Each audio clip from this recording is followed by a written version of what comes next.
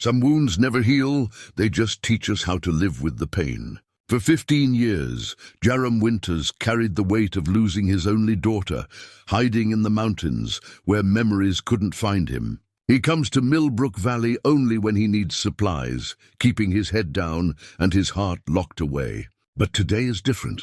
A little girl with tears streaming down her face runs straight into him, grabbing his coat with desperate hands. Her name is Emma, and she needs help. Something terrible has happened at her family's homestead, and she has nowhere else to turn. When Jarom follows her home, what he finds breaks his heart all over again. A dying father, an empty house, and a child facing the world alone. Now this broken man must choose between running back to his safe isolation or staying to help a little girl who reminds him of everything he lost. But can a man who's forgotten how to feel learn to save what matters most? Before we jump back in, tell us where you're tuning in from, and if this story touches you, make sure you're subscribed, because tomorrow I've saved something extra special for you.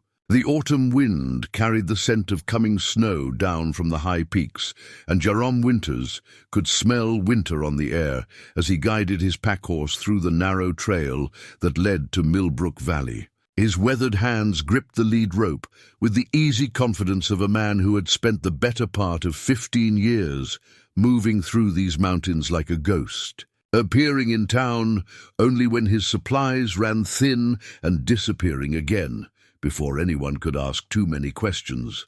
The townspeople knew him simply as the Mountain Man, a tall, lean figure with graying hair that hung past his shoulders and eyes the color of storm clouds. They saw the way he moved through their streets with purpose but without warmth, purchasing flour, salt, coffee, and ammunition with few words and fewer smiles. What they didn't know was that every step down from his mountain cabin cost him something.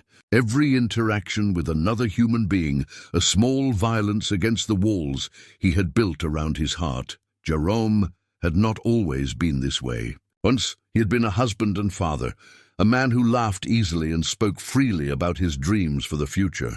That man had lived in a small cabin near the mining town of Cedar Ridge with his wife Marie and their daughter, Lucy. That man had believed the world was a place where love could grow and families could thrive, where a father's strong hands could protect his child from every harm. Lucy had been 7 years old when the fever took her, a bright, curious girl with her mother's dark eyes and her father's stubborn streak. She had loved the wooden doll he carved for her, spending hours arranging elaborate tea parties for her and the collection of small animals he whittled during the long winter evenings. The doll still sat on his shelf in the mountain cabin, its painted face faded but its smile somehow eternal. A reminder of everything he had failed to protect. Marie had blamed him for Lucy's death, though the fever had swept through the mining camp like wildfire, taking children and adults alike with an indiscriminate cruelty that no amount of love or vigilance could prevent. She had blamed him for not getting the doctor sooner, for not taking Lucy to the city where better medicine might have saved her, for 100 small decisions that might have changed everything. In her grief, she had needed someone to carry the weight of her anger, and Jarom had been willing to bear it. The morning Marie left, she had packed her belongings in silence while Jarom sat at their kitchen table, staring at the empty chair where Lucy used to eat her breakfast. "I can't look at you anymore," Marie had said, her voice hollow with exhaustion. "Every time I see your face, I see her dying. And I remember how we couldn't save her." She had walked out of their cabin and out of his life, leaving him alone with his grief and the terrible knowledge that she was right. He had failed them both. That was when Jarom had taken Lucy's doll and what few possessions mattered to him and disappeared into the mountains. He had built his cabin in a place so remote that even the hunters and trappers rarely ventured there, a place where the silence was so complete it seemed to muffle even his own heartbeat. For 15 years, he had lived with only his memories and his regrets, speaking to no one, caring for no one, allowing himself to feel nothing beyond the basic necessities of survival. Millbrook Valley spread out below him now as he descended the final ridge, its collection of weathered buildings arranged along the banks of Miller Creek, like children's toys, forgotten in the grass. The town had grown some since his last visit 3 months ago. A new store had opened next to the saloon, and someone had finally repaired the church steeple that had been listing to one side since the winter storms 2 years back. Jarom guided his horse down Main Street, noting the familiar faces that turned to watch his passage with curious but respectful distance. There was Mrs. Patterson, hanging laundry behind the boarding house, and old Pete Sullivan whittling on the porch of the general store. They nodded to him with the sort of polite acknowledgement reserved for strangers who posed no threat but offered no friendship, and he returned their greetings with similar restraint. He tied his horse in front of Morrison's general store and stepped onto the wooden sidewalk, his boots echoing hollowly in the late afternoon quiet. The sun was setting behind the western hills, painting the sky in shades of orange and purple that reminded him painfully of Lucy's favorite dress, the one she had been wearing the day she first complained of feeling tired. Inside the store, Harold Morrison looked up from his ledger with the same expression of mild surprise he wore every time Jarom appeared, as though he had forgotten the mountain man existed in the months between visits. "Afternoon, Jarom," he said, his voice carrying the careful politeness of a merchant who had learned not to pry into his customers' personal affairs. "What can I get for you today?" Jarom handed over his list without comment, watching as Morrison gathered the supplies with practiced efficiency. Flour, coffee, salt, sugar, dried beans, ammunition for his rifle, the same items he always bought in the same quantities, as predictable as the changing seasons. While Morrison worked, Jarom let his gaze wander around the store, taking in the small changes since his last visit. New bolts of fabric had arrived from the east, bright colors that seemed almost violent after the muted browns and grays of his mountain solitude. A display of children's toys sat near the front window, wooden horses and rag dolls that made his chest tighten with unwelcome memory. "Heard tell there's been some trouble up at the Hartley place," Morrison said conversationally as he weighed out the coffee beans. "Tom Hartley's been poorly, and that little girl of his has been trying to manage things on her own. Shame, really. That child can't be more than 10 years old." Jarom grunted non-committally, not wanting to encourage the conversation, but unable to completely ignore it. Tom Hartley. He remembered the name vaguely, a homesteader who had settled on the edge of town a few years back with his young daughter after his wife died in childbirth. Jarom had seen them once or twice during his infrequent visits. The man thin and serious, the girl quiet and watchful, both of them carrying the particular gravity that came with loss. Course. "Neighbors have been trying to help where they can," Morrison continued, apparently undeterred by Jarom's silence. "But Tom's a proud man, and the girl, Emma, I think her name is, she's got that same stubborn streak. Won't ask for help even when it's plain they need it." Morrison finished packing the supplies and tallied the cost, accepting Jarom's payment with a brief nod. "You be careful heading back up the mountain," he said.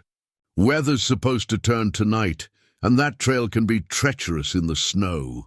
Jarom shouldered his pack and headed for the door, eager to return to the familiar solitude of his cabin before the approaching storm trapped him in town overnight. He had learned long ago that prolonged exposure to other people's lives and problems only served to remind him of everything he had lost, everything he could no longer protect or provide. Better to retreat to his mountain fortress, where the only sounds were wind and wildlife, where the only demands on his heart were those he chose to acknowledge. He was halfway to his horse when she appeared. The girl came running down the street like a small whirlwind, her long brown hair streaming behind her and her face streaked with tears that caught the last light of the setting sun. She was thin and small for what Morrison had guessed was her age, dressed in a faded blue dress that had been mended more times than was practical, and boots that were clearly too large for her feet. But it was her eyes that stopped Jarom cold, dark brown eyes filled with a desperation so complete and terrible that it seemed to reach across the space between them and grab him by the throat. She ran straight into him with the trust of a child who had exhausted all other options. Her small hands fisting in the leather of his coat as she looked up at him with a plea that transcended words. "Please," she gasped, her breath coming in short, panicked bursts. "Please, you have to help me.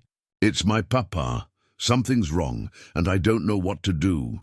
Jarom stared down at her, his mind reeling with the unexpected shock of human contact, of someone reaching out to him with such raw need. Her small blue dress ribbon had torn loose and hung from her collar like a flag of surrender. And something about that detail, the way it spoke of a life coming apart at the seams, pierced through his carefully maintained defenses. "Where's your papa, child?" he heard himself ask, his voice rusty from disuse. "At home," she said, tugging at his coat with increasing urgency. "At our homestead. He was working in the barn, and then he just fell down, and I can't wake him up. Please, mister, you have to come. You have to help him." Behind them, Jarom could see that their exchange had drawn the attention of several townspeople, their faces reflecting various degrees of concern and curiosity. Mrs. Patterson had stopped hanging her laundry, and Pete Sullivan had risen from his chair on the store porch. He knew they would help if he asked them to, knew that the people of Millbrook Valley were decent folk who looked after their own. But the girl wasn't looking at them.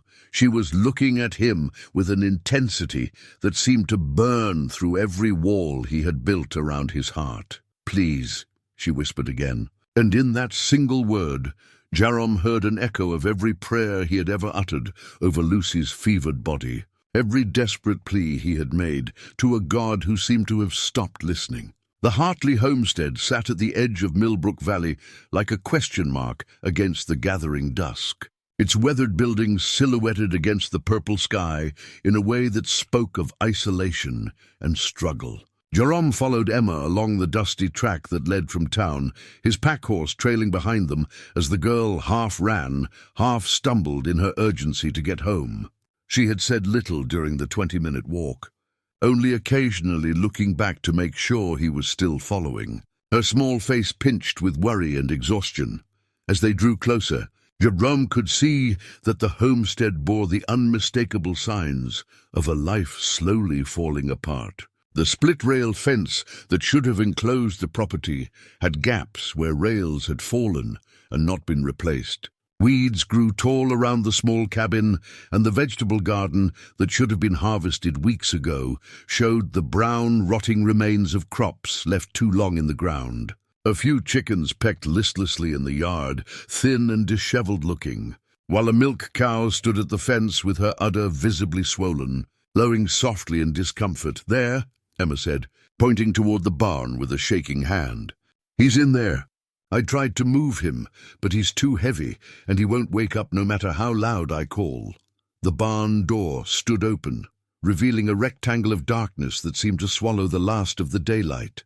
Jarom could smell hay and manure, but underneath those familiar scents was something else, the sour odor of sickness and neglect that made his stomach tighten with recognition. He had smelled that same smell in Lucy's room during her final days. When her small body had been fighting a battle, it was destined to lose. Emma hung back as Jarom approached the barn, her earlier courage apparently deserting her now that help had arrived. He stepped through the doorway and let his eyes adjust to the gloom, taking in the scattered tools and half-empty feed sacks that spoke of work interrupted and responsibilities abandoned. In the far corner, near the stall where a bay horse watched with nervous eyes, he found Tom Hartley.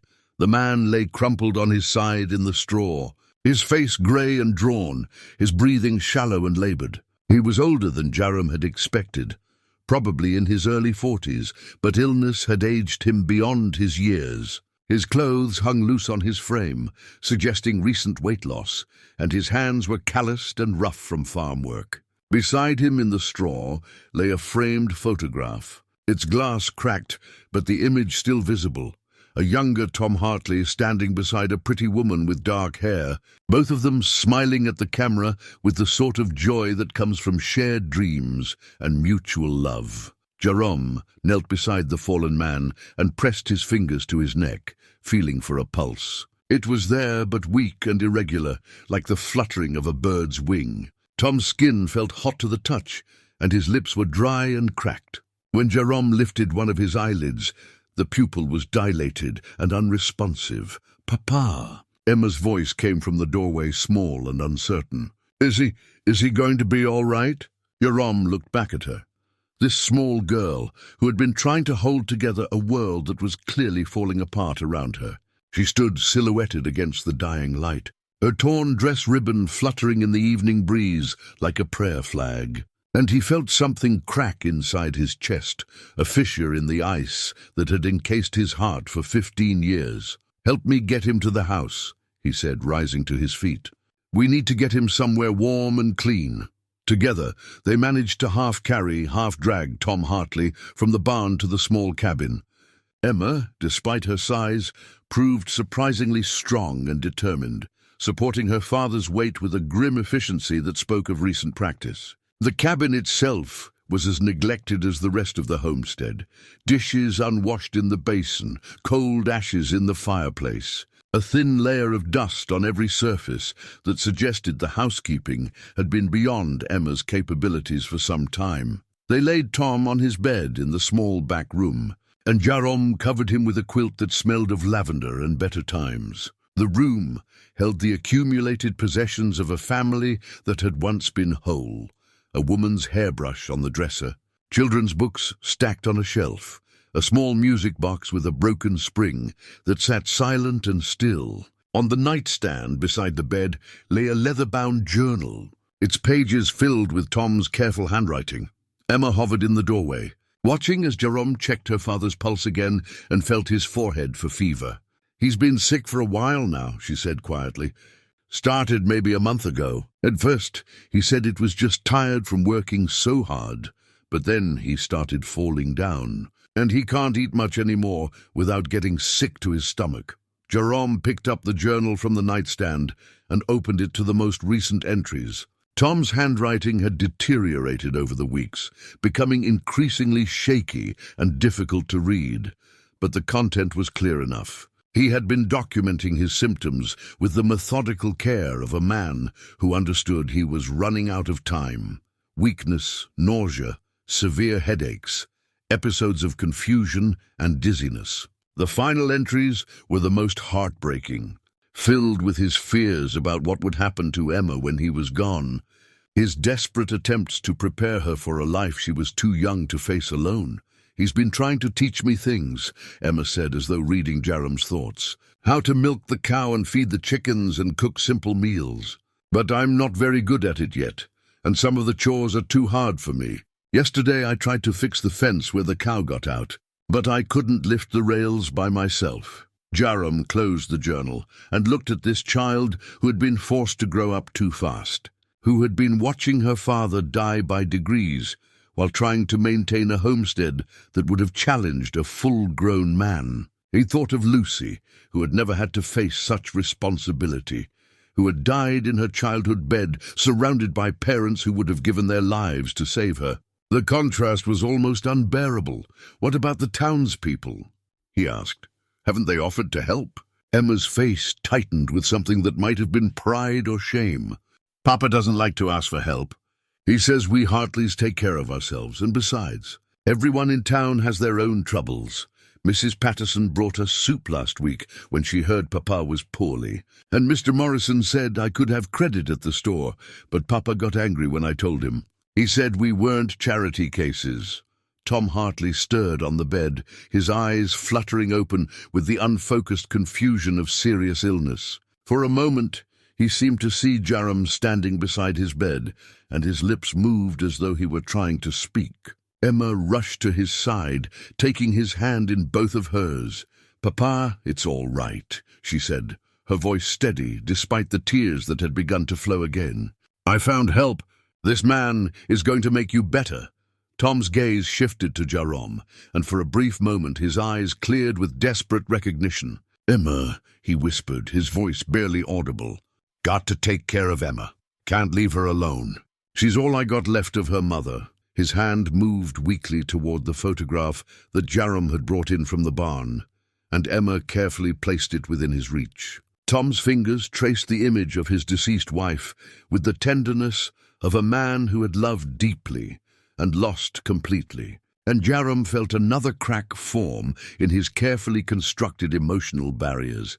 "Please," Tom managed to say, his eyes finding Jarom's face with the same desperate intensity that Emma had shown in the street. "Don't let them take her. Don't let them send her away. She belongs here, with the memories of her mother." Before Jarom could respond, Tom's eyes rolled back and he lost consciousness again, his breathing becoming even more labored and irregular. Emma clutched his hand and looked up at Jarom with a mixture of hope and terror that went straight through him like a blade. "He's going to be all right, isn't he?" she asked. "You can fix him, can't you?"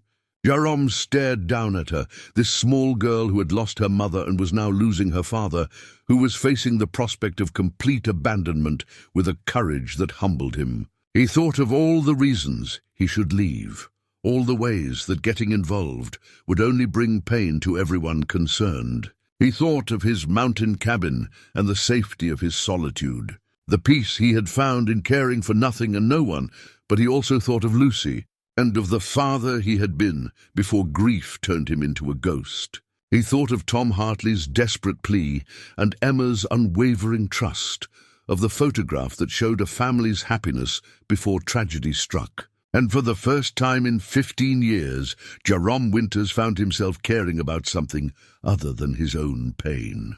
"I don't know," he said quietly, the words carrying the weight of absolute honesty. "But I'm going to try." The first grey light of dawn was creeping through the cabin windows when Jarom finally allowed himself to rest. He had spent the night alternating between tending to Tom Hartley and trying to make sense of the chaos that surrounded them. Tom's condition had stabilized somewhat. His breathing was less labored, and his fever had broken around midnight, but he remained unconscious, his body fighting a battle that Jarom suspected it was destined to lose. Emma had fallen asleep in the chair beside her father's bed, sometime after 2 in the morning, her small hand still wrapped around Tom's fingers. She looked even younger in sleep, her face relaxed and peaceful in a way that made Jarom's chest tighten with protective instincts he had thought long buried. Someone had braided her hair recently, probably her father. Judging by the uneven plaits, and the sight of that simple act of care brought home the full tragedy of their situation. Jarom had found Tom's medical journal on the nightstand and read through it by lamplight, his heart sinking with each entry. Tom had been documenting his symptoms with the methodical precision of a man who understood he was dying, recording not just his physical decline, but his growing fears about Emma's future. The entries revealed a father's desperate love and a homesteader's practical wisdom. But they also showed a man who had been too proud to ask for help until it was too late. The journal's final entries were the most heartbreaking, filled with Tom's attempts to prepare Emma for life without him. He had written detailed instructions for the care of the animals, the maintenance of the cabin, and the management of their small savings account at the Millbrook Valley Bank. But between the practical advice were glimpses of a father's breaking heart. Emma tried to make biscuits today, but burned them. Told her they were the best I ever tasted.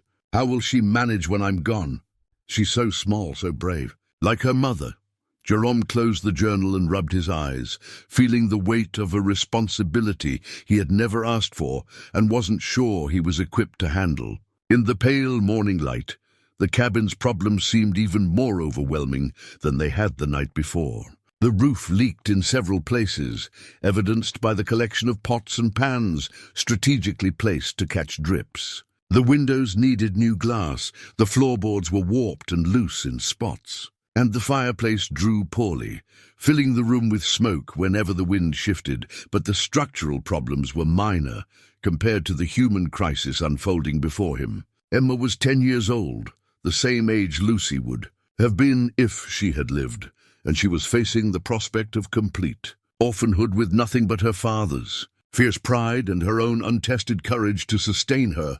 The townspeople would help, Jarom was certain of that. But their charity would come with expectations and limitations that a proud man's daughter might find difficult to accept. A soft knock at the cabin door interrupted his dark thoughts. Through the window, he could see a woman standing on the porch, a basket balanced on her hip and an expression of determined concern on her weathered face. Jarom recognized her as Dr. Catherine Wells, the town's physician, a woman in her 50s who had earned the respect of Millbrook Valley through her skill and compassion. Jarom opened the door quietly, mindful of the sleeping child in the next room.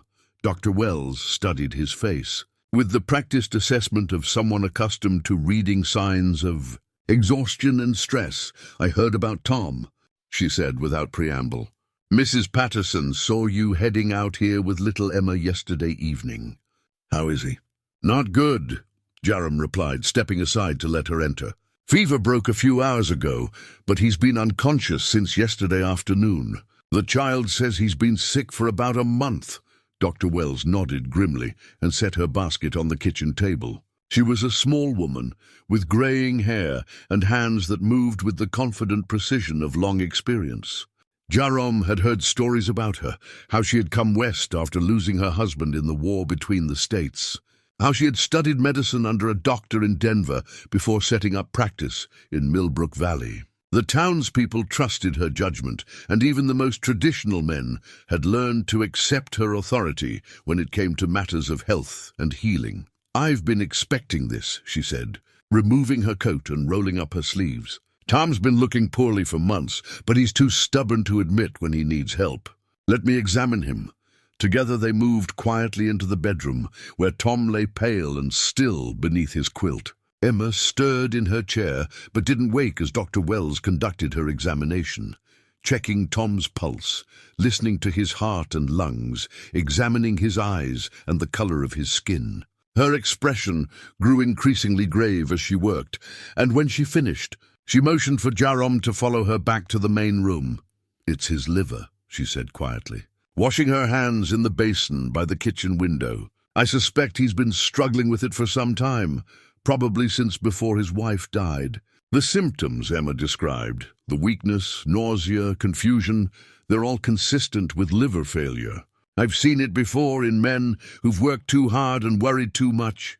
Jarom felt his stomach drop. "How long does he have?" Dr. Wells dried her hands methodically, her face reflecting the weight of delivering such news. "Days, perhaps a week if he's fortunate. There's nothing I can do for him medically. The damage is too advanced. The best I can offer is something for the pain when he wakes, and advice on keeping him comfortable." The finality of her words settled over the cabin like a shroud. Jarom thought of Emma sleeping in the next room, of the trust she had placed in him when she believed he could fix her father. How did a man explain to a 10-year-old child that some things couldn't be fixed, that some losses were simply too great to bear? "What about the girl?" he asked. Dr. Wells glanced toward the bedroom door, her expression softening with maternal concern. "That's the real tragedy here. Emma's a bright child, capable and strong-willed like her father, but she's far too young to manage this homestead alone. The county will likely want to place her in an orphanage in Denver, or perhaps with relatives if any can be found. Tom mentioned a sister back in Missouri once, but I don't know if they've kept in contact." "She doesn't want to leave," Jarom said, remembering Tom's desperate plea about not sending Emma away. "This place holds her memories of her mother."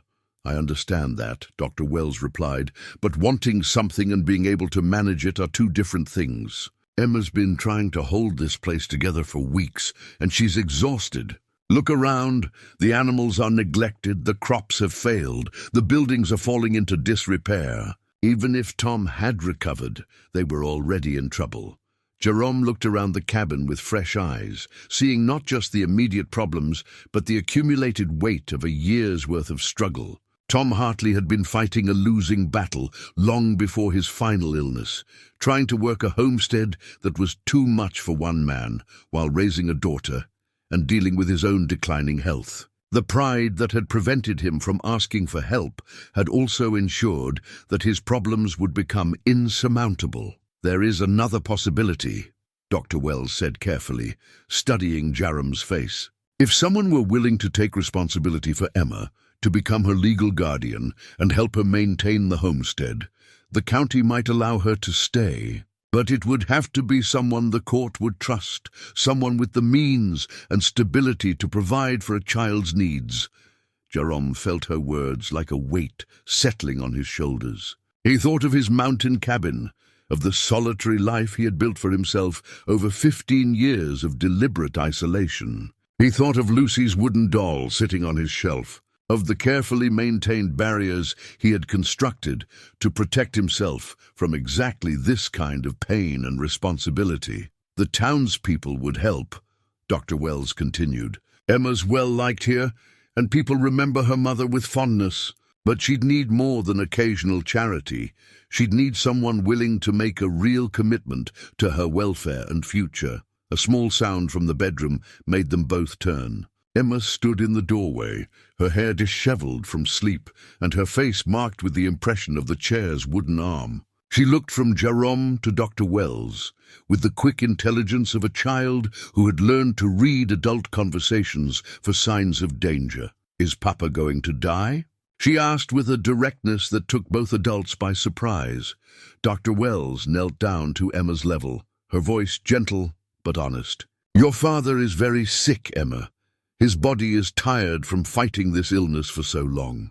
I'm going to give him some medicine to help him feel more comfortable, but I can't make him well again." Emma absorbed this information with the stoic acceptance of a child who had already suspected the worst. She looked at Jarom, her dark eyes searching his face for some sign of what would happen next. "Will you stay?"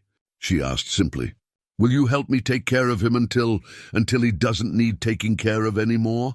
The question hung in the air between them, loaded with implications that went far beyond the immediate crisis. Jarom looked at this small girl who was facing the end of her world with such quiet courage and felt the last of his emotional defenses crumble like ice in spring water. "Yes," Jarom heard himself say, the word emerging from some deep place he had thought sealed off forever. "I'll stay." The relief that flooded Emma's face was almost too much to bear.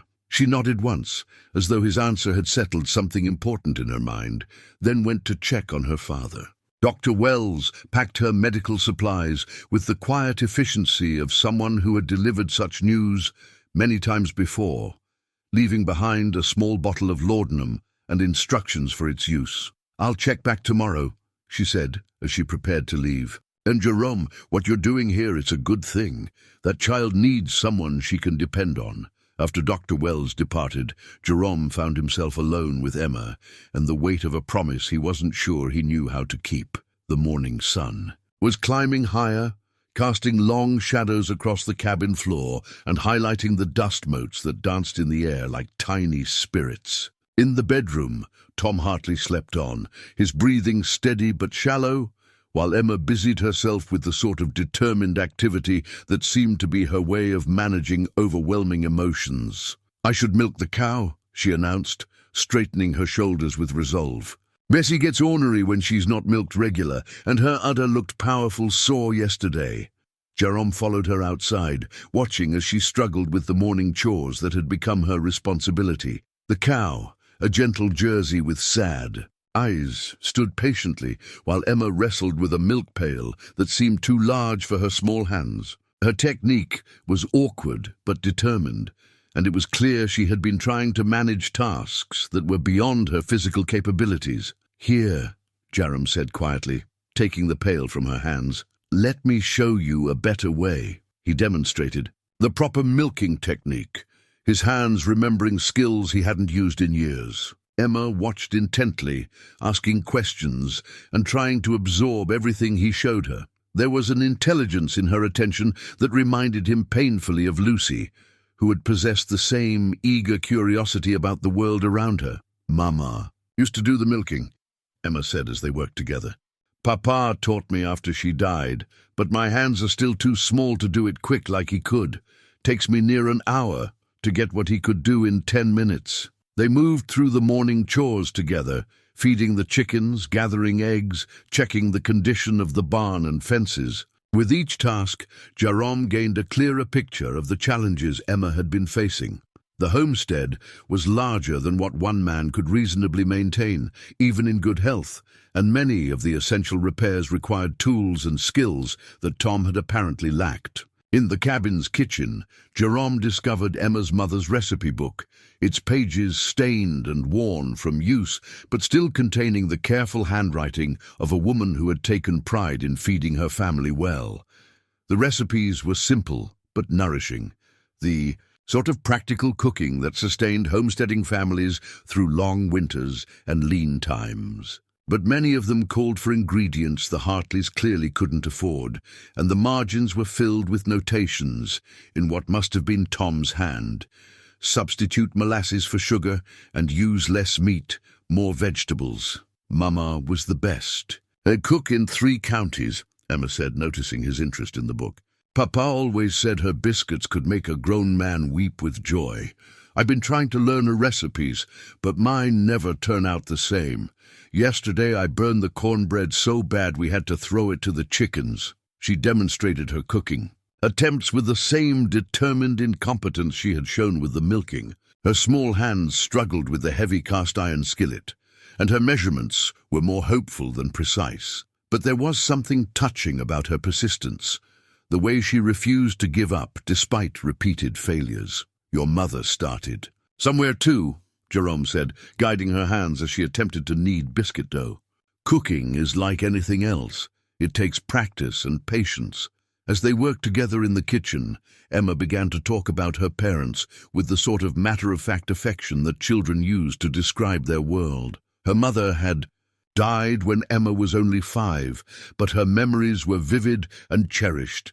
The songs her mother had sung while working, the stories she had told during the long winter evenings, the way she had smelled like lavender and fresh bread. Her father had tried to fill both parental roles, Emma explained, teaching her to read and write, while also showing her the practical skills of homestead life. He had been a patient teacher and a loving father, but Emma could see now that the burden of raising her alone while managing the farm had worn him down over the years. Papa never talked about being lonely, she said, as they sat down to eat the somewhat lopsided but edible biscuits they had managed to produce.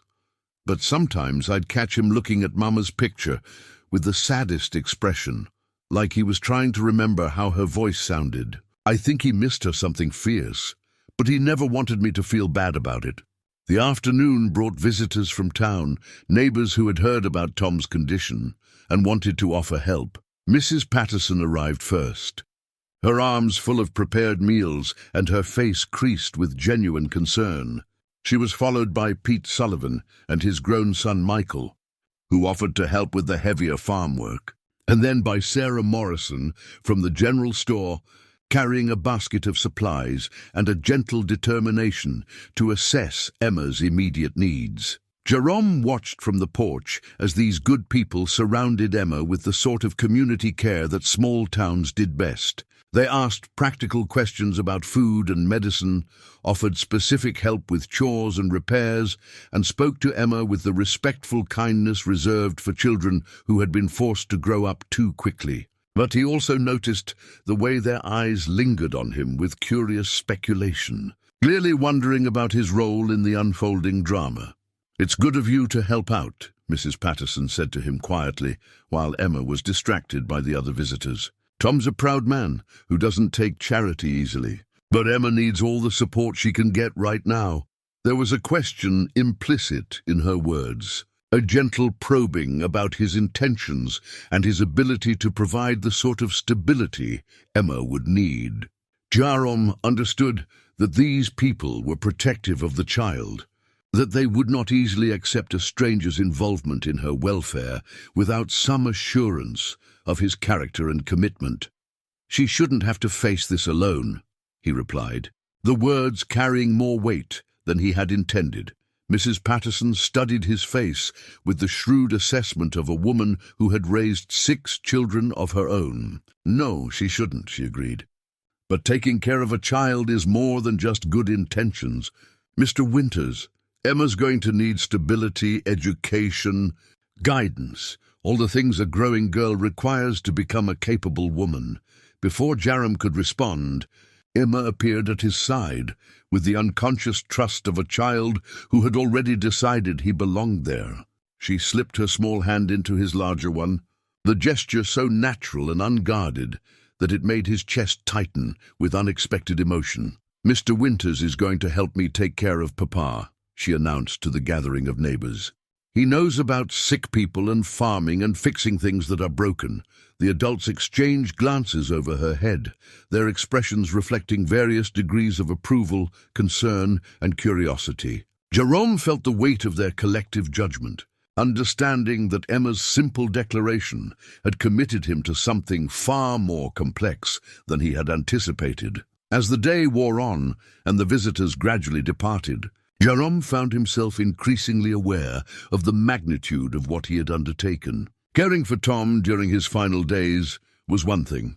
That was a temporary crisis with a defined endpoint. But caring for Emma, providing the sort of guidance and stability she would need to grow into adulthood, that was a responsibility that could last for years. That evening, as Emma sat by her father's bedside reading aloud from one of her mother's books, and Jarom studied the child who had so unexpectedly entered his life, she read with the careful precision of someone who had been well taught, her voice rising and falling with the rhythm of the story, occasionally glancing at her father's face as though hoping her words might reach him in his unconscious state. The book she had chosen was a collection of fairy tales, and she read with particular emphasis about brave princesses and unlikely heroes, about happy endings that came after great trials and tribulations. There was something heartbreaking about her faith in such stories, her apparent belief that the world was a place where love and courage could overcome any obstacle. When she finally grew tired and allowed Jarom to convince her to rest in her own bed, he remained in the chair beside Tom's bed, listening to the sick man's labored breathing and thinking about the promise he had made. In his pocket, wrapped carefully in a piece of soft leather, was Lucy's wooden doll, the one reminder of his daughter that he had carried with him through 15 years of grief and isolation. He had never intended to care about another child, had never imagined that his carefully guarded heart could open again to such vulnerability. But as he sat in the quiet cabin, listening to Emma's soft breathing from the next room and watching over her dying father, Jarom began to understand that some promises were made not with words, but with the simple act of staying when every instinct urged flight. He had told Emma he would help her care for her father, but somewhere in the space between that commitment and this moment, he had begun to care for Emma, herself, to worry about her future and feel responsible for her happiness in ways that both terrified and humbled him. The wooden doll in his pocket seemed to pulse with warmth against his chest, and for the first time in 15 years, Jarom allowed himself to remember not just Lucy's death, but her life, the joy she had brought him, the love that had made him feel capable of protecting and providing for another human being. Perhaps caring for Emma wouldn't be a betrayal of Lucy's memory, but a way of honoring it, a chance to use the lessons his daughter had taught him about love and sacrifice, and the fierce protectiveness that comes with true parental devotion. 3 days passed in a rhythm of quiet crisis and unexpected grace. Tom Hartley's condition had stabilized in the precarious way of the dying, no better, but no worse, his body seeming to draw on reserves of strength that defied medical explanation. Dr. Wells attributed it to his determination to see Emma settled before he let go, the sort of stubborn will that sometimes allowed parents to postpone death until they were certain their children would be cared for. Emma had adapted to Jarom's presence with the resilience of a child who had already survived too much loss. She followed him through the daily routines of farm work, absorbing his quiet instructions about animal care and basic repairs with the focused attention of someone who understood that such knowledge might mean the difference between survival and failure.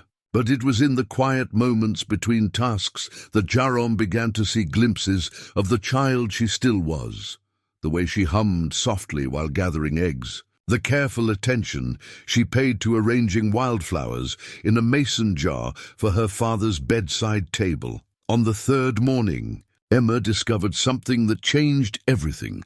She'd been helping Jarom examine the barn's foundation, looking for the source of a leak that had been causing rot in the support timbers. When she pulled away a loose board and revealed a hidden space beneath the barn floor. Inside, wrapped in oiled cloth and tucked into a wooden box, was something neither of them had expected. Her father's half-finished gift.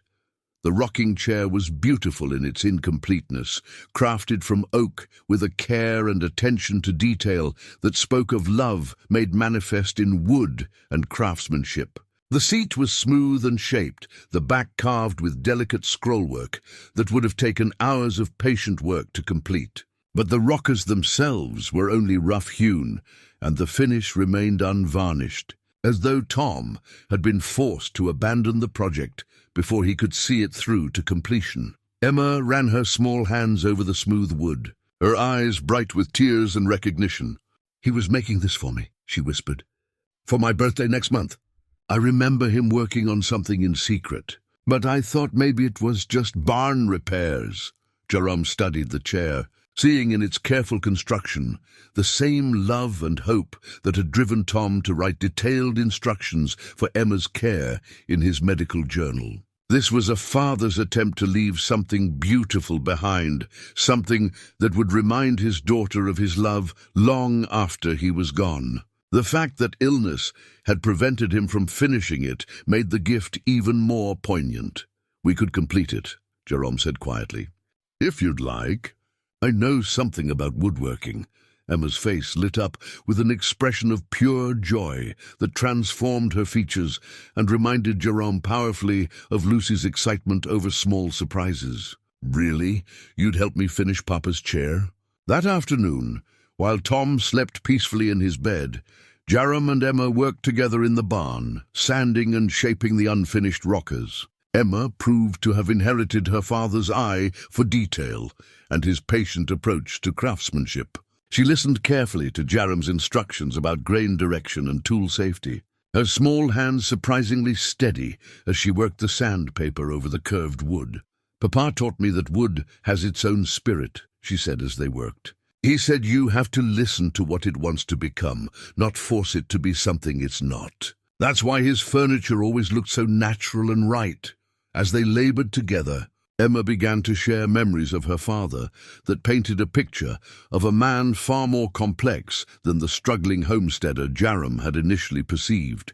Tom Hartley had been educated, she revealed, a former school teacher who had come west after the war with dreams of building something with his own hands. He had met Emma's mother at a church social in Colorado Springs, and their courtship had been conducted through letters filled with poetry and philosophical discussions about the meaning of home and family. "Mama said Papa could make anything grow," Emma continued, carefully following the grain of the wood with her sandpaper. "Not just crops, but ideas and dreams and love." She said that's what drew her to him, the way he could see possibilities where other people saw just empty land. The revelation helped Jarom understand why Tom had been so determined to maintain the homestead despite its obvious challenges. This wasn't just a farm to him. It was the physical manifestation of his dreams, the place where he had built a life with the woman he loved and raised the daughter who was his greatest joy. Leaving it would have meant abandoning not just property, but the very foundation of his identity. Their woodworking session was interrupted by a visitor, Miss Rebecca Hartwell, the town's schoolmarm, who had come to discuss Emma's education. She was a stern-looking woman in her 40s, with graying hair pulled back severely and eyes that seemed to miss nothing. But her manner with Emma was gentle, reflecting the sort of professional warmth that came from years of working with children. "Emma's been absent from school for 3 weeks now," Miss Hartwell explained to Jarom while Emma continued working on the chair. "Given the circumstances, that's understandable, but her education can't be allowed to suffer indefinitely.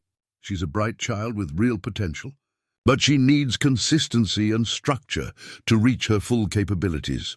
Jarom found himself on unfamiliar ground, trying to navigate questions about curriculum and educational expectations that he had never had to consider. Lucy had been too young for formal schooling when she died, and his own education had been practical rather than academic, the sort of learning that came from necessity and experience rather than books and recitation. "What would you recommend?" he asked, acutely aware of his own limitations.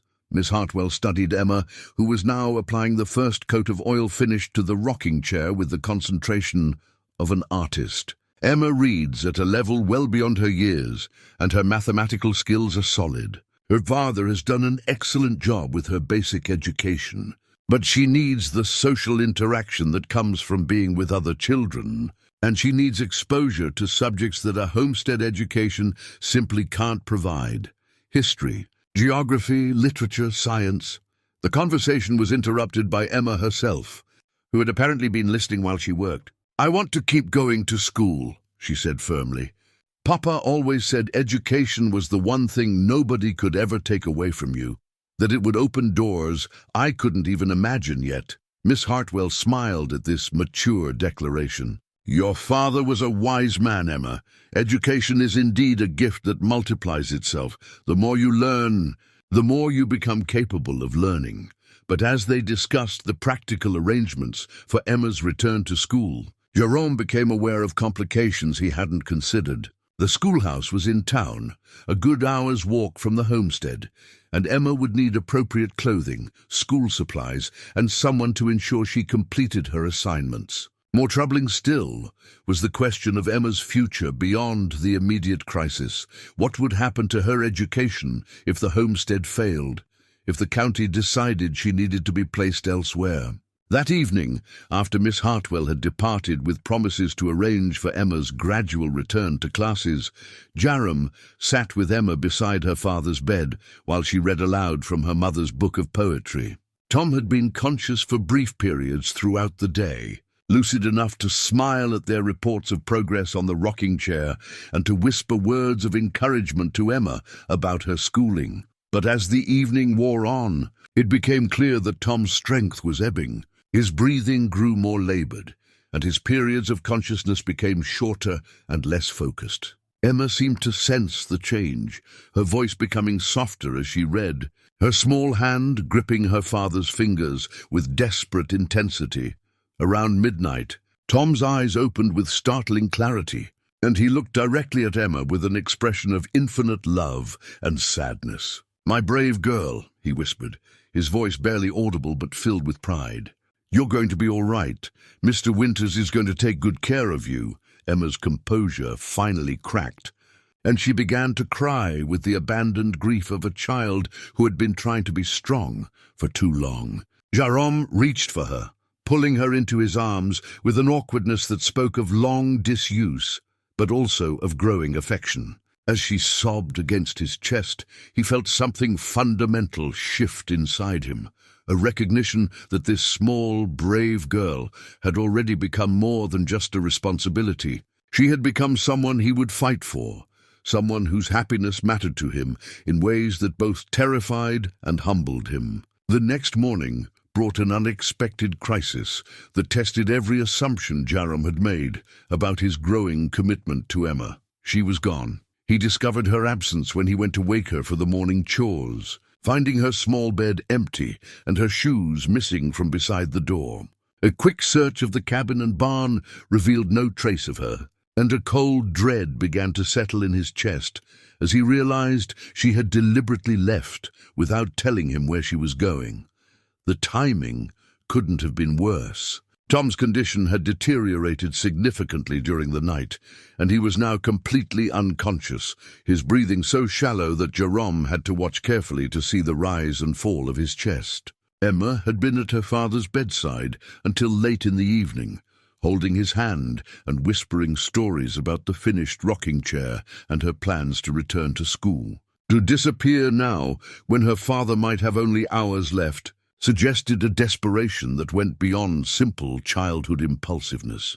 Jarom saddled his horse and began a systematic search of the area, starting with the obvious places: the creek where Emma liked to collect smooth stones, the old oak tree where she sometimes went to read, the small cemetery where her mother was buried. But as the morning wore on without any sign of her, his concern deepened into something approaching panic. It was Mrs. Patterson who provided the first clue. She had seen Emma walking toward town just after sunrise, moving with the determined stride of a child on a specific mission. But Emma hadn't stopped at any of the usual places, the general store, the schoolhouse, or the doctor's office. Instead, according to Pete Sullivan, she had been seen heading toward the less respectable part of town, the area near the saloon, where traveling men sometimes gathered to discuss business away from the scrutiny of decent society. Jarom's blood ran cold as he considered the implications. Millbrook Valley was generally a safe place for children, but a 10-year-old girl wandering alone near the saloon could attract the wrong kind of attention from strangers who might not share the community's protective instincts toward its young people. He found her finally in the last place he would have expected, the cramped office above Morrison's general store, where the county's legal affairs were occasionally conducted. Through the dusty window, he could see Emma sitting across from a thin man in a rumpled suit, her small hands folded in her lap and her back straight with the dignity she brought to serious conversations. Jarom took the stairs 2 at a time, his heart pounding with a mixture of relief and apprehension. The legal office was a cluttered space filled with law books and stacks of papers, presided over by Mr. Albert Crow, the circuit judge who visited Millbrook Valley twice a month to handle marriages, property disputes and other official business. Mr. Winters, Judge Crow said, looking up from the papers scattered across his desk. "I was hoping you might arrive. Miss Emma has been explaining your situation to me, and I must say, her understanding of the legal complexities is quite remarkable for someone her age." Emma turned to face Jarom, her expression a mixture of defiance and desperate hope. "I heard Mrs. Patterson and Miss Hartwell talking yesterday," she said without preamble. "They said the county might try to send me to an orphanage in Denver when Papa dies, that they might not let me stay here, even if you wanted to take care of me. So I came to ask Judge Crow what we need to do to make sure that doesn't happen." Jarom felt his chest tighten as he realized the courage it must have taken for a 10-year-old girl to walk into a legal office and advocate for her own future. But he also understood the fear that had driven her to such desperate action, the terror of being torn away from the only home she had ever known and placed among strangers who couldn't possibly understand what this place meant to her. "Emma raises valid concerns," Judge Crow said, removing his spectacles and cleaning them with a careful precision that suggested he was choosing his words carefully. "The county does have an obligation to ensure that orphaned children are placed in suitable homes, with people capable of providing for their physical, educational, and moral development. In Miss Emma's case, that would typically mean placement with relatives, or if none can be found, in an institutional setting designed for the care of orphaned children. But I don't want to go to an orphanage," Emma said, her voice steady despite the tears that had begun to gather in her eyes. "I want to stay here, in the house where Mama used to sing and Papa told me stories. I want to finish school with my friends and take care of the animals and learn to cook from Mama's recipe book." "This is where I belong," Judge Crow nodded sympathetically. "I understand that, child, and the law does allow for alternative arrangements when they serve the best interests of the child. If Mr. Winters were willing to petition for legal guardianship, and if he could demonstrate his ability to provide appropriate care, the county might consider allowing you to remain here." Jarom felt the weight of Emma's expectant gaze, understanding that this moment represented a crossroads that would determine not just her future, but his own. For 15 years, he had lived without legal ties to anyone or anything, free to disappear into the mountains whenever the obligations of human society became too burdensome. What Judge Crow was describing would change all of that. It would make him legally responsible for Emma's welfare, accountable to the court for her education, health, and moral development. What would that involve? Jarom asked, surprised by the steadiness of his own voice.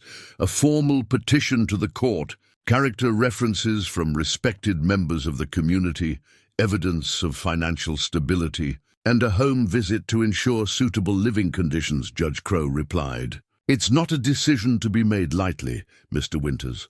Legal guardianship carries significant responsibilities and obligations. You would become, in the eyes of the law, Emma's parent. The word parent hung in the air between them, loaded with implications that went far beyond legal terminology. Jarom thought of Lucy, of the father he had been before grief transformed him into a ghost. He thought of Tom Hartley's desperate plea and Emma's unwavering trust, of the promise he had made without fully understanding its scope. "There's something else," Emma said quietly, reaching into her pocket and pulling out a folded piece of paper. "I found this in Papa's journal this morning. It's a letter he wrote but never sent." She handed the paper to Judge Crow, who unfolded it and read with growing surprise. When he finished, he looked at Jarom with an expression that suggested the conversation had taken an unexpected turn. "It seems your father had been planning for this possibility," Judge Crow said to Emma.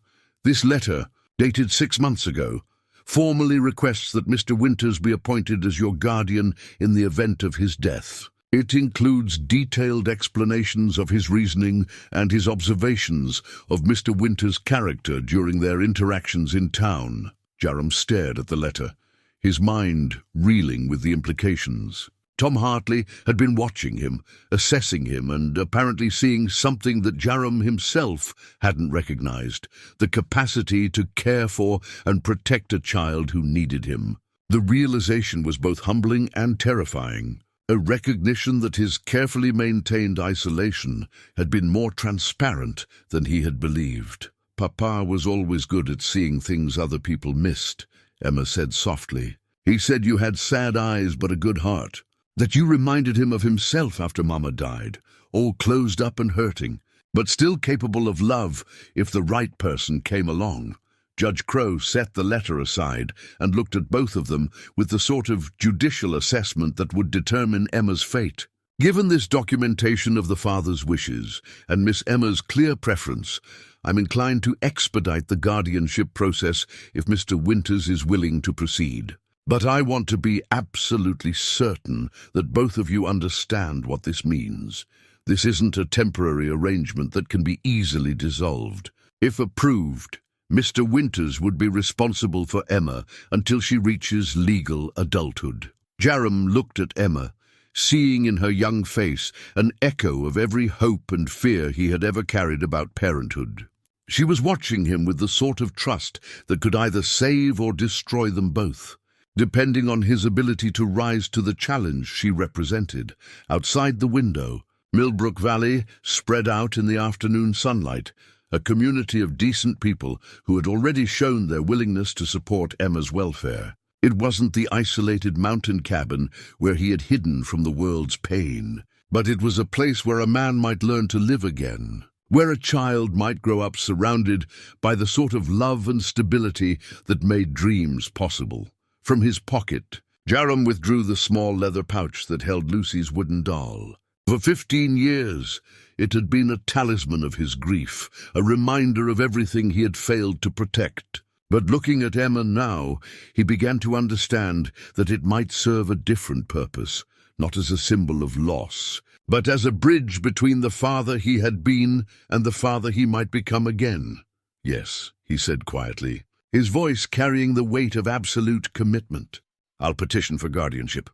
Tom Hartley died peacefully at sunset on the 4th day, with Emma holding one hand and Jarom holding the other. His final breath came as gently as a sigh, and for a moment afterward the cabin was filled with a silence so complete it seemed to honor the passing of a good man's spirit.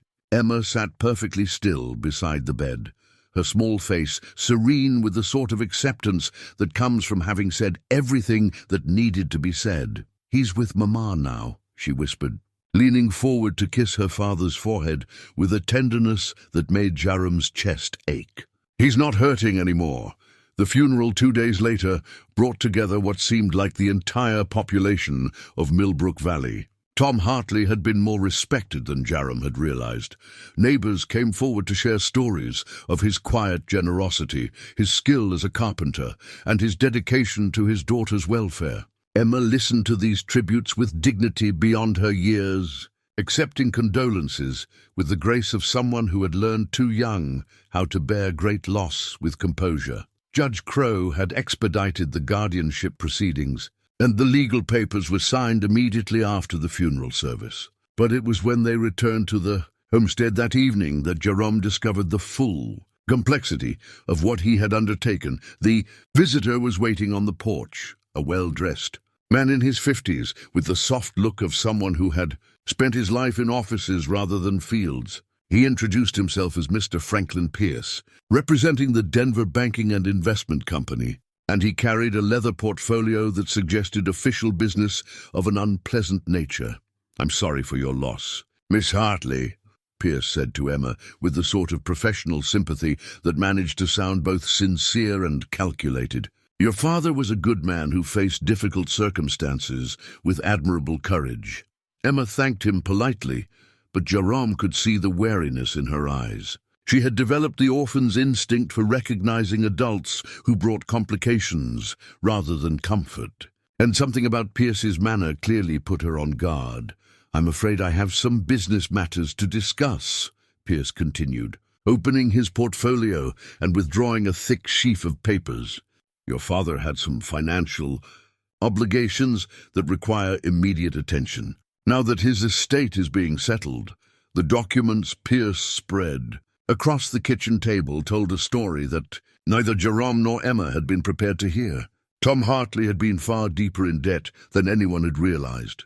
Medical bills from his wife's final illness, loans taken to keep the homestead operating during poor harvest years, and most devastatingly, a mortgage on the property that was already in default.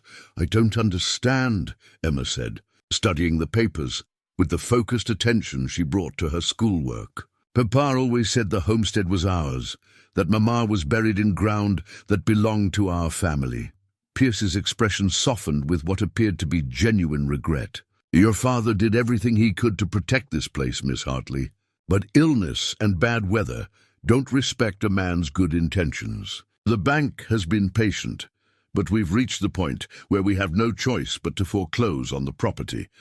The word foreclose hung in the air like a death sentence. Jarom found himself staring at the legal documents, trying to comprehend the magnitude of what they represented. The debt was staggering, more than 3 times what the homestead could reasonably be worth, accumulated over years of Tom's desperate attempts to keep his family's home secure. "How long do we have?"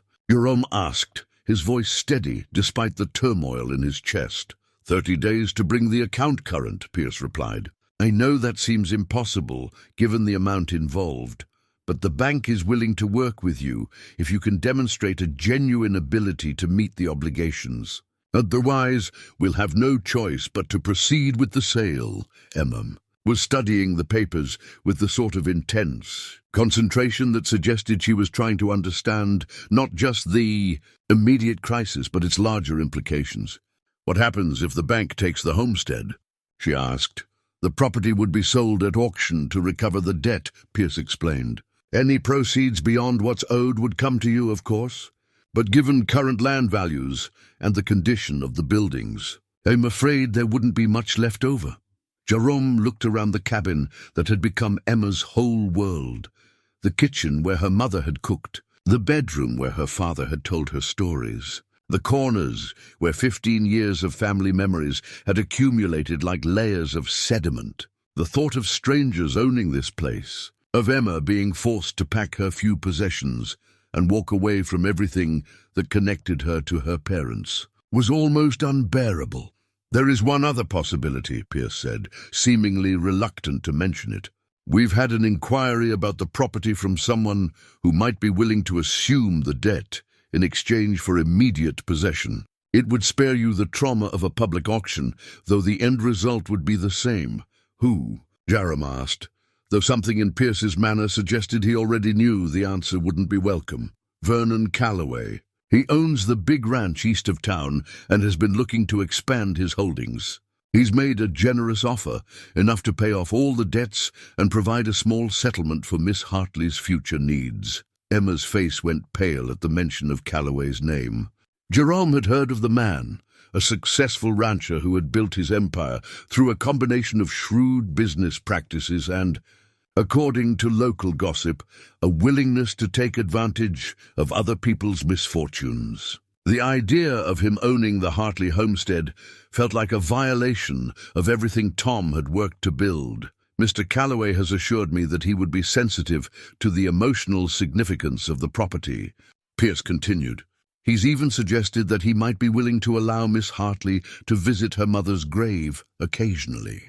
As a courtesy, the casual cruelty of that offer, reducing Emma's connection to her family home to occasional visits to her mother's grave, made Jarom's hands clench into fists. But beneath his anger was a growing recognition of the impossible situation they faced. Even if he sold his mountain cabin and everything he owned, he couldn't raise enough money to satisfy Tom's debts. The homestead that represented Emma's entire world was slipping away, and there seemed to be nothing he could do to stop it. I need some time to consider our options, Jarom said finally. Pierce nodded sympathetically. Of course, but please understand that time is of the essence. Mr. Calloway's offer won't remain open indefinitely, and if we proceed to auction, there's no guarantee the results will be as favorable.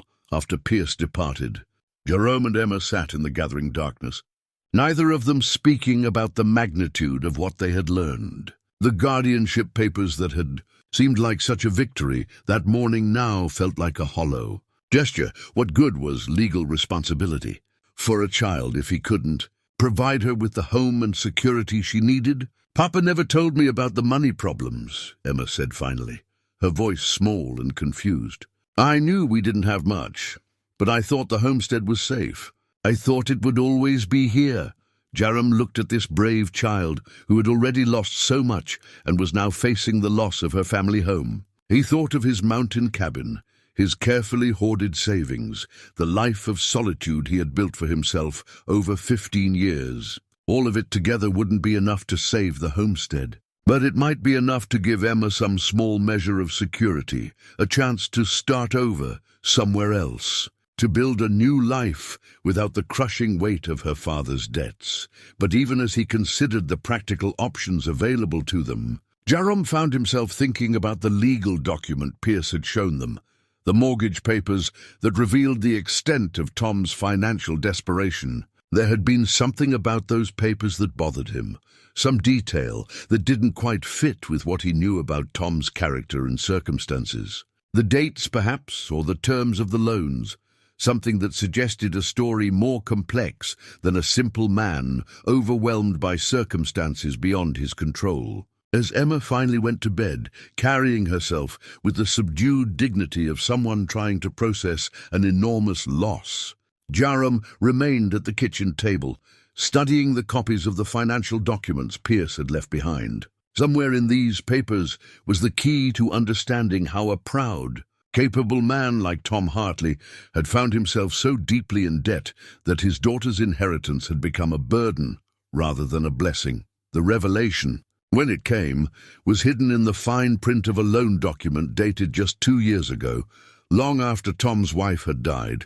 Long after the medical bills should have been settled. It was a loan for an amount that dwarfed all the previous debts combined, secured against the homestead for purposes that were listed simply as agricultural improvements and expansion. But Jarom had seen every inch of the Hartley property, and there was no evidence of any recent agricultural improvements, no new barns, no expanded fields, no equipment purchases that would justify such a massive expenditure. Which raised a troubling question. If Tom hadn't used the money for farming, what had he done with it? The answer, when Jarom found it hidden in Tom's medical journal, revealed a father's love and desperation in equal measure. The final entries, written in Tom's increasingly shaky handwriting, told the story of a man who had mortgaged his daughter's future to pay for what he hoped would be a miracle cure, an expensive experimental treatment in Denver that had promised to halt the progression of his liver disease. The treatment had failed. The money had been lost, and Tom had returned home to die, knowing that his attempt to save himself had condemned Emma to lose everything their family had built. It was a tragedy of good intentions and impossible choices, and it explained the particular anguish Jarom had seen in Tom's final days, the knowledge that his love for his daughter had become the instrument of her destruction. The next morning dawned grey and cold, with the sort of persistent drizzle that seemed to seep into everything and match the heaviness in Jarom's heart. He had spent most of the night sitting at the kitchen table, working through calculations that always came to the same impossible conclusion. There was no way to save the homestead with the resources available to them. His mountain cabin might bring enough money to pay off the smaller debts, but Vernon Calloway's offer remained the only realistic solution to their crisis. Emma found him there at sunrise, still hunched over the papers with their stark columns of numbers that told the story of her family's financial ruin. She moved quietly around the kitchen, preparing breakfast with the methodical competence she had developed over the past weeks. But Jarom could see the weight of their situation in the careful way she held herself, as though one wrong move might shatter what little stability remained in her world. "We're going to lose it, aren't we?" she said finally, setting a plate of eggs and biscuits in front of him. "The homestead, I mean." "All of it." Jarom looked up at her, seeing in her young face an acceptance that no child should have to carry. "I don't know yet," he said honestly, "but the debt is larger than anything we can manage on our own." Emma nodded with the grim understanding of someone who had learned not to expect miracles. She had drawn a hand-drawn map the night before, carefully sketching every corner of the homestead, the barn where her father had collapsed, the garden where her mother had grown vegetables, the old oak tree where she liked to sit and read, the small fenced area where her mother was buried. It was a child's attempt to hold on to something that was slipping away, to create a permanent record of a place that lived more in memory than in legal documents. "I keep thinking about what Papa would want me to do," she said, spreading butter on her biscuit with careful precision. "He always said that sometimes you have to let go of one dream so you can chase another one. Maybe he'd want us to take Mr. Calloway's money and start fresh somewhere else." The maturity in her voice broke Jarom's heart. This was a 10-year-old child talking about abandoning her family home with the philosophical acceptance of an adult who had run out of options. But beneath her composed exterior, he could see the grief she was trying to contain, the knowledge that selling to Calloway would mean not just losing the homestead, but losing her connection to everything. That made her feel close to her parents. "There might be another way," Jarom said, the words emerging before he had fully formed the thought. "I need to go back to my cabin, gather my things, and see what I can raise. It won't be enough to pay off all the debt, but it might be enough to buy us some time to find a better solution." Emma's face lit up with hope, but she was quick to temper it with practical questions. How much time would that buy us? And what happens if we can't find a better solution? Jarom appreciated her directness. Emma had learned not to build her hopes on vague promises or wishful thinking. "Maybe 3 or 4 months," he said. "Long enough to see if there are other options we haven't considered yet.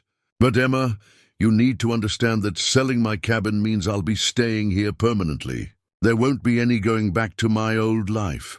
The significance of this admission settled between them like a foundation stone. For 15 years, Jarom's mountain cabin had been his refuge, the place where he could retreat when the world became too demanding or painful. Selling it would mean committing fully to this new life, to the role of guardian and protector that he had never sought but could no longer avoid. "You'd really do that?" Emma asked, her voice barely above a whisper. "You'd give up your home for me?" "This is my home now," Jarom replied, surprised by the certainty in his own voice. "You are my family now. That changes everything." The afternoon brought an unexpected visitor who would alter the course of their crisis in ways neither of them could have anticipated. Vernon Calloway arrived in a polished carriage that seemed out of place against the modest surroundings of the homestead, his clothes and manner speaking of wealth and authority. He was a large man in his 60s with silver hair, and the sort of commanding presence that suggested he was accustomed to getting what he wanted. "Miss Hartley," he said, removing his hat with exaggerated courtesy. "Mr. Winters, I hope you'll forgive my intrusion, but I wanted to speak with you personally about the situation with your father's estate." Emma received him with the careful politeness her father had taught her, but Jarom could see the tension in her small shoulders. Calloway represented everything that threatened her world: the power of money over sentiment, the ability of the wealthy to reshape other people's lives according to their own convenience. "I understand you're considering your options," Calloway continued, settling himself in the cabin's only comfortable chair without being invited. "I want you to know that my offer stands, and I'm prepared to be quite generous. Enough money to ensure that Miss Emma receives a proper education and has opportunities that would never be available to her here." There was something calculated about the way Calloway presented his proposal, emphasizing Emma's welfare, while subtly dismissing the value of her connection to the homestead. He spoke of boarding schools back east, of the advantages that money could provide, of the futility of trying to maintain a failing farm in an unforgiving landscape. "Of course, I understand the emotional attachment," he said, his tone suggesting exactly the opposite. "But sentiment is a luxury that orphaned children can't afford. Miss Emma needs practical security, not romantic notions about preserving the past." Emma listened to this speech with growing indignation, her young face flushing with anger at Calloway's casual dismissal of her feelings. "This isn't just sentiment," she said, her voice steady despite her emotion. "This is where my family lived and worked and loved each other. It's where my mother is buried, and where my father taught me everything important he knew. You can't just buy that and think it doesn't matter." Calloway's expression shifted subtly, revealing a harder edge beneath his superficial courtesy.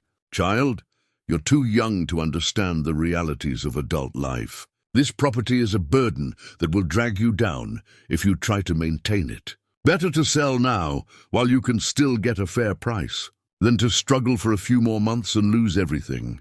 Anyway, it was the condescension in his tone that triggered something protective in Jarom, assumed recognition that Calloway saw Emma not as a person with valid feelings and preferences, but as an obstacle to be managed in pursuit of his own goals. The man's eagerness to acquire the property suggested motives beyond simple expansion, and Jarom found himself wondering what Calloway saw in this modest homestead that made it worth such aggressive pursuit. "We haven't made any decisions yet," Jarom said firmly. "Emma and I need more time to consider all our options." Calloway's mask of courtesy slipped entirely, revealing the calculating businessman beneath. "Time is a luxury you can't afford, Mr. Winters.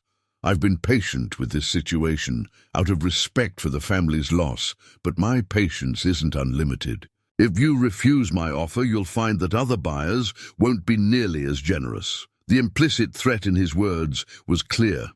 Accept his terms, or face the consequences of opposing a man with the power to make their situation even worse. But as Jarom looked at Emma, seeing the fierce determination in her young face, he realized that some things were worth fighting for regardless of the odds.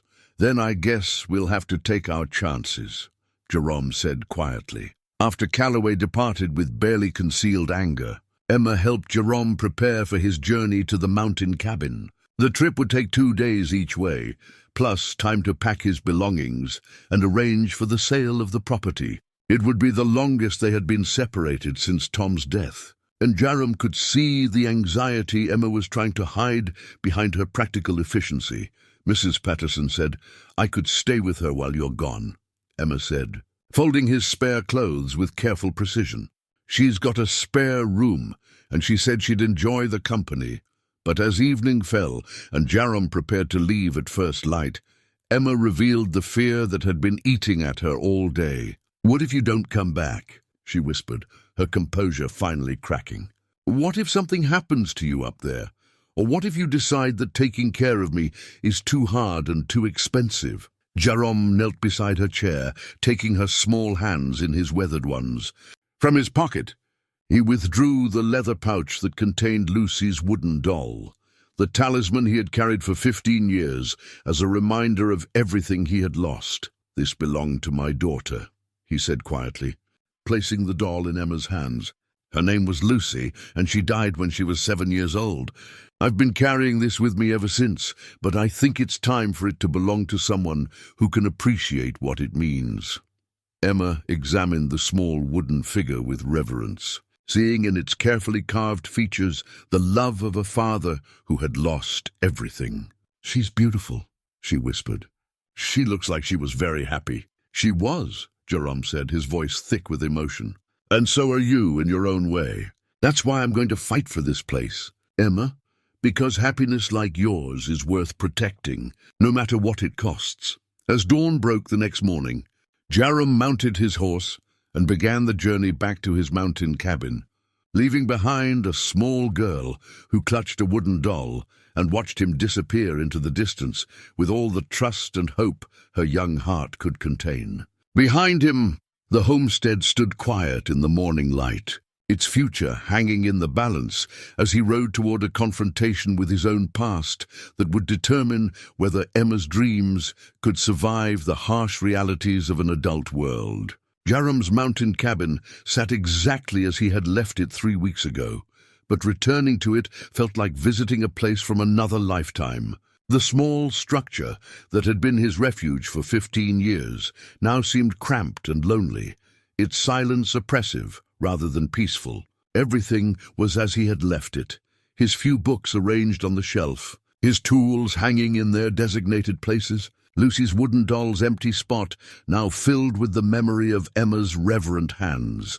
He moved through the familiar space with the efficiency of someone conducting an inventory, cataloging possessions that would need to be sold and memories that would need to be packed away. The cabin itself was well built and would bring a fair price from someone seeking solitude in the high country.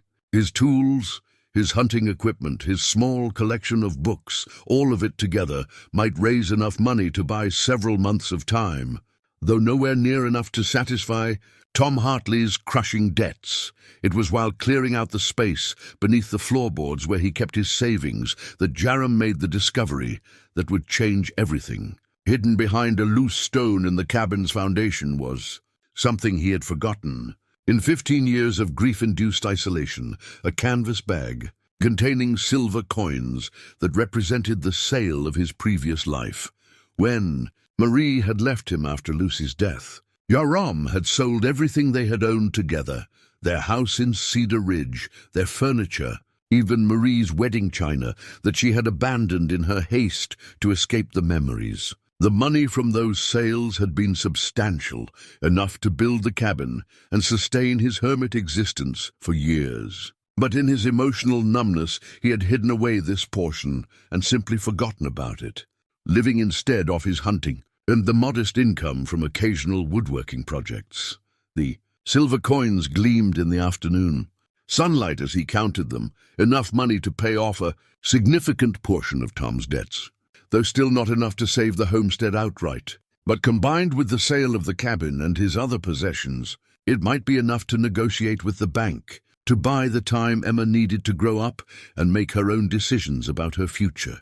As Jarom packed his belongings into wooden crates, he found himself thinking about the conversation he needed to have with Emma, the truth about his own daughter, about the grief that had driven him into isolation, about the reasons he had never spoken of Lucy until the moment he placed her doll in Emma's hands. Emma deserved to know the full story of why he had appeared in her life at precisely the moment she needed him most, and why saving her homestead had become more important to him than protecting his own carefully constructed solitude. The journey back to Millbrook Valley took him through country he had traversed countless times over the years. But this time he traveled with the awareness that he was leaving the mountains for good. Each familiar landmark, the lightning-split pine where he had sheltered during storms, the creek where he had filled his water bottles, the rocky outcropping that had served as a navigation point, represented a piece of his past that he was consciously choosing to abandon. When he reached the homestead at sunset on the third day, he found Emma waiting for him on the porch, clutching Lucy's wooden doll and wearing an expression of relief so profound it made his chest tighten with protective emotion. She had spent the time of his absence helping Mrs. Patterson with her household chores, but it was clear that every moment had been shadowed by fear that he might not return. "I was starting to worry," she said simply, running to meet him as he dismounted from his horse. "Mrs. Patterson said mountain travel could be dangerous this time of year. I told you I would come back," Jarom replied, lifting her briefly in a hug that felt as natural as breathing. "I don't make promises I can't keep." That evening, as they sat by the fireplace in the cabin that had become their shared home, Jarom told Emma about the hidden silver coins and what they might mean for their situation. Her face lit up with hope, but she was quick to temper her excitement with practical questions about timing and logistics. "It's not enough to pay everything," Jarom explained, "but it might be enough to convince the bank to work with us, to give us time to find a permanent solution." Emma studied the coins with the same focused attention she brought to her schoolwork, calculating possibilities and weighing options with a maturity that continued to amaze him. "What kind of permanent solution?" she asked. It was then that Jarom shared with her the plan that had been forming in his mind during the long ride back from the mountains. The homestead's problems weren't just financial, they were also practical, the result of trying to maintain too much land with too little labor. But if they could find the right partner, someone with farming experience and capital to invest, they might be able to transform the struggling homestead into a profitable operation. "There are men in town who know farming better than your father did," Jarom said. "Good men who might be willing to work this land if they could share in its success. We could keep the house and the land immediately around it, the parts that hold your family's memories, while finding someone to help make the rest productive again." Emma's eyes brightened as she began to understand the possibilities. "Like the Hendersons," she said. "Mr. Henderson was saying just last week that he wished he could find good land to lease, somewhere he could try his new ideas about crop rotation and soil improvement."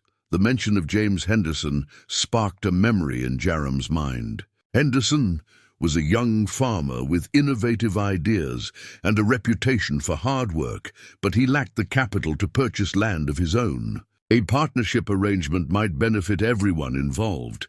Henderson would get access to good farmland.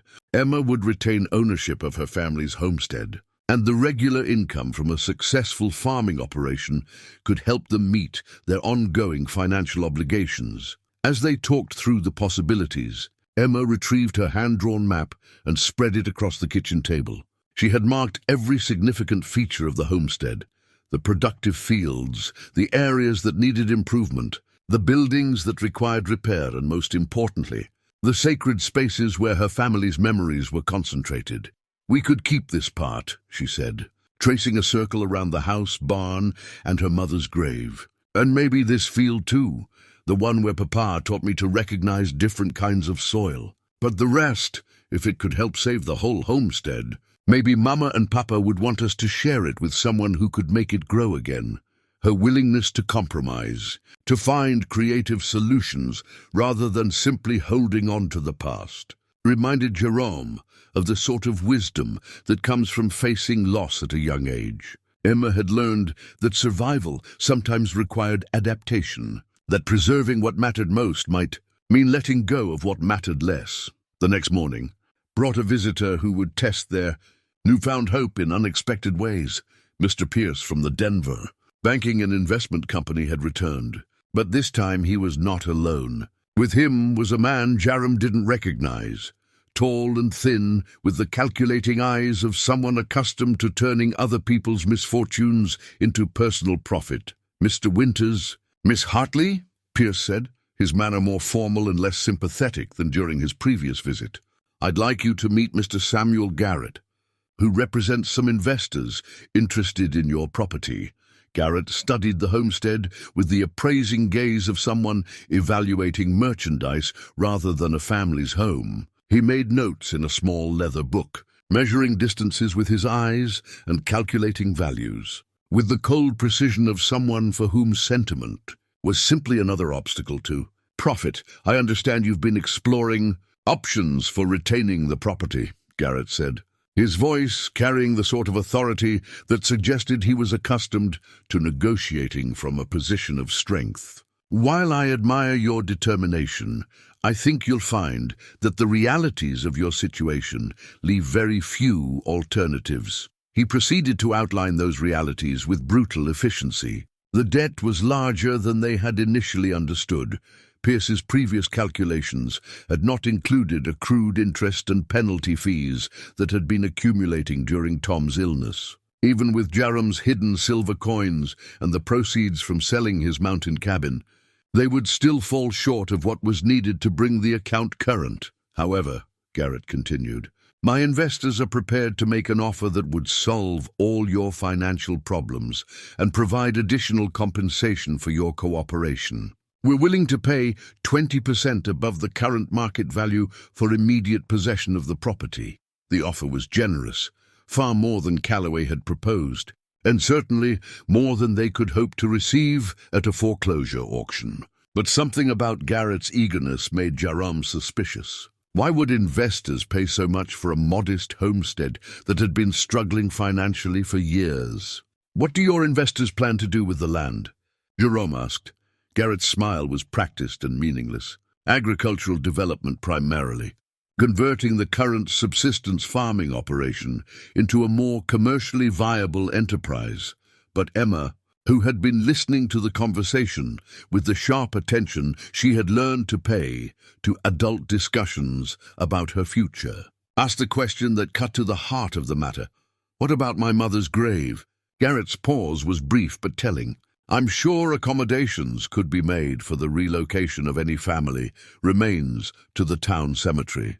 It would be more appropriate anyway, given that you won't be living here anymore. The casual way he discussed moving her mother's grave, as though it were simply another obstacle to be managed rather than a sacred trust, made Emma's face go pale with shock and anger.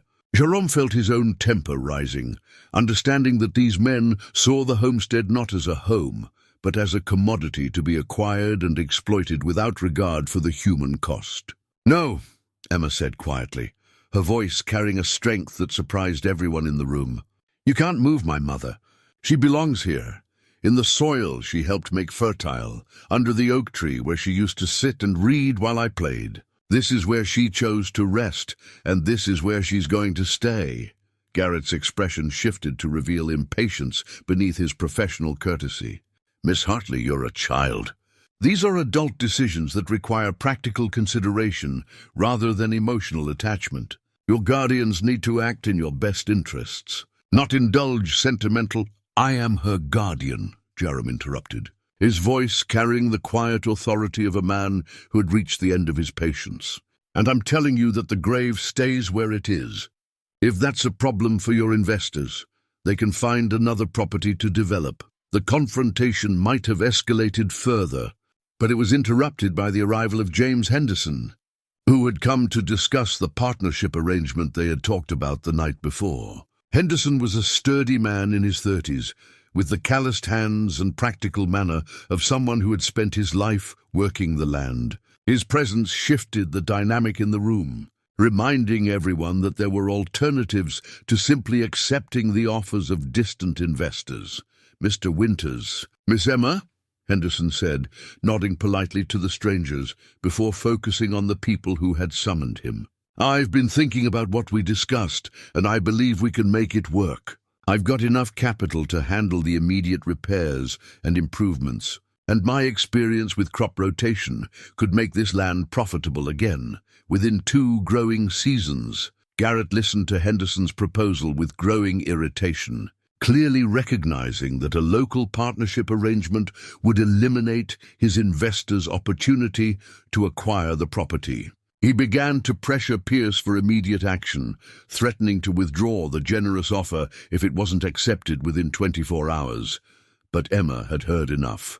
She rose from her chair with the dignity of someone much older than her 10 years and addressed both men with a composure that left no doubt about her. Determination. This is my family's home, she said clearly. My mother is buried here. My father worked this soil with his own hands, and I'm not going to let strangers tear it apart just because they have more money than we do. Mr. Henderson knows how to farm, and Mr. Winters knows how to fix things and take care of people. Between the three of us, we can make this place work again." She walked to the kitchen shelf and retrieved something that made Garrett's eyes widen with surprise, a family portrait sketch she had drawn the night before, showing herself, Jarom, and in the background, the figures of her parents watching over them with expressions of love and approval. It was a child's drawing, simple in execution, but profound in its representation of family bonds that transcended legal documents and financial obligations. "I drew this last night," Emma said, holding up the sketch. "It shows my real family, the people who choose to love each other and take care of each other, not because they have to, but because they want to. That's what makes a home, not money or papers or threats." The power of her words and the innocence of her drawing created a moment of silence that seemed to crystallize everyone's understanding of what was truly at stake. This wasn't just about property values or investment opportunities. It was about a child's right to grow up surrounded by love and stability, to maintain her connection to the parents who had shaped her values and dreams. Garrett and Pierce departed with poorly concealed frustration, their generous offers rejected in favor of an uncertain partnership that might or might not succeed. But as Jarom watched their carriage disappear down the dusty road, he felt a sense of relief that had nothing to do with money and everything to do with the knowledge that they had chosen principle over profit. That afternoon, while Henderson walked the property and made plans for the spring planting, Jarom and Emma sat together in the barn and put the finishing touches on Tom's rocking chair. The wood had taken the stain beautifully, and the rockers moved with the smooth rhythm that Tom had envisioned when he began the project. It was a piece of furniture that would last for generations, a tangible symbol of a father's love and a craftsman's skill. "Papa would be proud of what we're doing," Emma said, running her small hands over the chair's smooth armrests. "He always said that the best way to honor the dead was to keep living, to keep building and growing and loving even when it seems too hard." As the sun set over the homestead that they had fought so hard to preserve, Jarom understood that they had accomplished something more significant than simply avoiding foreclosure. They had created a new kind of family, not bound by blood or legal obligation, but by choice and commitment and the shared determination to protect what mattered most. The rocking chair sat in the corner of the barn like a promise of better days to come, its presence a reminder that some things were worth fighting for, regardless of the cost. Emma had her home, Jarom had found his purpose, and together they had built a foundation strong enough to support whatever challenges the future might bring. 6 months later, the Hartley homestead bore little resemblance to the struggling property Jarom had first encountered on that autumn evening when a desperate child had crashed into his life. Under James Henderson's expert guidance, the fields had been replanted with crops suited to the soil and climate, while a new irrigation system had transformed the formerly marginal land into productive farmland. The buildings had been repaired and painted, the fences mended, and the entire property bore the unmistakable signs of a place where people took pride in their work. Emma sat in her father's completed rocking chair on the front porch, reading aloud from one of her schoolbooks while Jarom mended harness leather in the afternoon sunshine. The chair rocked with the smooth rhythm Tom had intended, its polished wood gleaming in the light that filtered through the oak leaves overhead. It had become Emma's favorite place for homework and reading, a tangible connection to the father who had loved her enough to envision her future happiness even in his final days. The partnership with Henderson had exceeded everyone's expectations. His innovative farming techniques had not only made the land profitable, but had also attracted the attention of other farmers in the region who wanted to learn his methods. The homestead had become something of a demonstration farm, with visitors coming regularly to observe Henderson's experiments with crop rotation and soil conservation. "Listen to this," Emma said, looking up from her book with the bright expression she wore when she encountered something particularly interesting. It says here that the ancient Romans used to rotate their crops just like Mr. Henderson does, that they understood how different plants could help the soil stay healthy. Jarom smiled at her enthusiasm, remembering how she had initially been skeptical of Henderson's unconventional methods. But Emma had inherited her father's curiosity about how things worked, and she had quickly become Henderson's most eager student, asking questions that often revealed insights the adults had missed. The academic year had brought its own challenges and triumphs. Emma had not only caught up with her classmates after her extended absence, but had excelled to the point where Miss Hartwell had begun providing her with advanced reading materials. Her teachers spoke of her potential for higher education, of opportunities that might take her far from Millbrook Valley if she chose to pursue them. But for now, Emma seemed content with her life on the homestead. She'd made new friends at school while maintaining her close relationships with the neighbors who had supported her through the crisis. Mrs. Patterson still brought soup when anyone in the house seemed under the weather, and Pete Sullivan had taken it upon himself to teach Emma some of the practical skills she would need as she grew older. The financial situation had stabilized beyond their most optimistic projections. The combination of Jarom's hidden savings, the proceeds from selling his mountain cabin, and the steady income from Henderson's farming operation had not only satisfied the bank, but had also provided a comfortable cushion for future needs. Emma's education fund was growing steadily, ensuring that she would have choices when it came time to decide about her future. On this particular afternoon, they were expecting a special visitor. Dr. Wells had sent word that she would be stopping by with someone from the county children's services, a routine visit to ensure that the guardianship arrangement was working well for everyone involved. Emma had been nervous about the visit, worried that some bureaucratic complication might threaten the stability they had worked so hard to build. "What if they decide you're not a suitable guardian?" she had asked the night before. "What if they think I should be in a regular family with a mother and father who are married to each other?" Jarom had reassured her with the confidence that came from 6 months of successful partnership, but privately he understood her fears. Their arrangement was unconventional by any standard.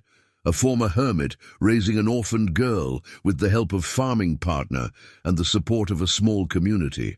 It didn't fit the traditional models that bureaucrats preferred, but it worked because it was built on genuine care and mutual respect. When Dr. Wells arrived with Miss Caroline Fletcher from the county office, Emma greeted them with the poise she had developed through months of learning to trust that her world would not be arbitrarily disrupted. Miss Fletcher was a pleasant woman in her 50s who had clearly seen many family situations and had learned to recognize genuine stability when she encountered it. "Miss Emma," Miss Fletcher said after touring the property and observing the family dynamic, "you seem to have found yourself in a very good situation here.